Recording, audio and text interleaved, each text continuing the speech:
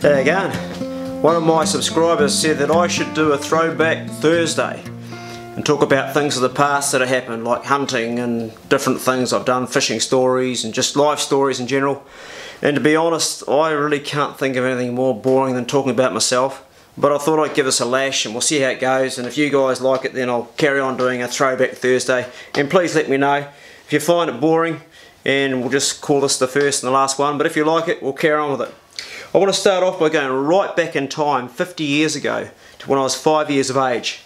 I was living in Richmond. My father was working as a marine engineer. He was working as someone who does a bit of all sorts of things really, but in Northern and Biddle was where he did his apprenticeship, and there he learnt the art of using a lathe and all the other things that engineers did. He built boats and all sorts of stuff, and he got the call to become a ranger over in Totara in Abel Tasman National Park. So when we were living in Richmond, I can remember very clearly him building this little speedboat in our living room. He had newspaper all over the ground, to my mother's horror, and there were shavings of wood everywhere and dust. And every day when I got home from school, I'd see like a little bit more had happened, and he built it out of 3 plywood. It looked kind of like a speedboat, like a racing boat with a real flat sort of top and a curvature in the hull. And I just, you know, as a kid it was amazing to see my dad build this. And then we moved over to Totara when he got his job as a ranger, and he finished it off there. He powered it with a JAP little 3.5 horsepower 2-stroke lawnmower engine. That was a British made motor back then. And he built out of brass a propeller. He handcrafted all himself in the workshop, and put the rudder on the back, and he fabricated a steering wheel out of plywood.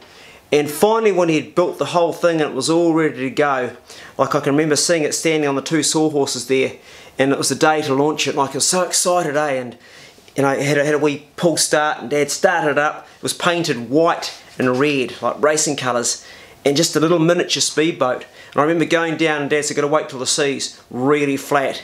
So we got on there and he started it up, and you know what 2-strokes smell like? It was like, and I'm sitting there absolutely shitting myself, only a 5-year-old kid. And my mother was like, "Oh, you shouldn't be going out in it, John." And Dad was there, "He'll be okay, he'll be okay." And I was shitting myself. I was absolutely petrified, but I was also really, really excited. So we put it in the water, and first of all Dad got on top of himself and just gave it a test run. And it was built for a child, it wasn't built for an adult. It was buzzing around in the water, and it floated, and it went, and the steering wheel, which he made out of plywood, he'd fabricated that together, worked perfectly. And then he came back in and he said, "Your turn, son." There was no crash helmet, there was no earplugs, there was no safety goggles. I don't even think there was a life jacket from memory. Back then, I mean, we just, those sorts of things. But Dad did have a boat in case I got into trouble. So we're on the beach there, and he gave me instructions. There's the throttle. That's fast, that's slow. When you come in very slowly, and just do a circle to begin with. And I went out and I did my first circle in the lagoon, and just this amazing circle. Like, it was incredible, you know, like here I was, a little kid in this motor, my first time ever. I mean, I couldn't even ride a bloody bicycle, and I'm on this speedboat, and I got in the lagoon. And I can remember the excitement of feeling this power, this potential power at the throttle. And when you pushed it forward, it would go a little bit. It was like, whoa, that's awesome. And Dad said, "Right, we're ready to go out to the open sea. Are you ready, son?" I said, "Yeah, I'm ready." So we took her over the open sea, and man, the feeling was incredible. I was there, it was glass flat sea, and I was sitting there in this boat like, I can go real fast out here, I'm just going to point it out to sea. So first of all I went like on quarter throttle. Now this thing only had a 3.5 horsepower motor, but the way Dad had built the whole thing, it went like stink. It would do 25 to 30 knots easy. It beat the parkboard speedboat. Back then, when Dad was a ranger, it wasn't the Department of Conservation, it was called the Parks Board, and everything was different. You didn't have to have a lot of qualification, you just had to be good at shit. Like Dad was, you know, he was good in the workshop, he was good at building, so he was doing everything out there. And he had the Parks Board speedboat there on standby if I ran into trouble.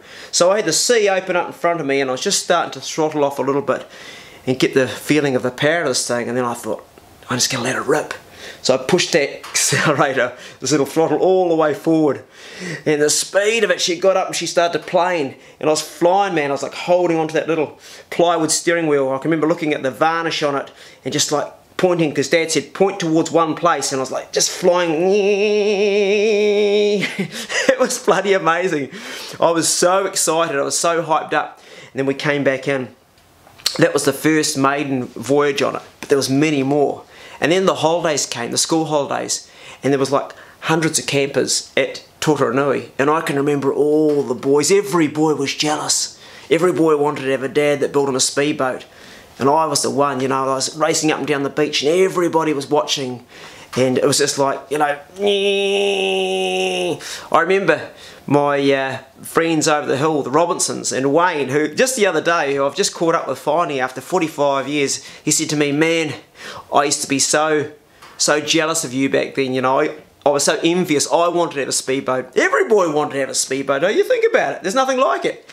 So, you know, for 2 years I got round that little boat.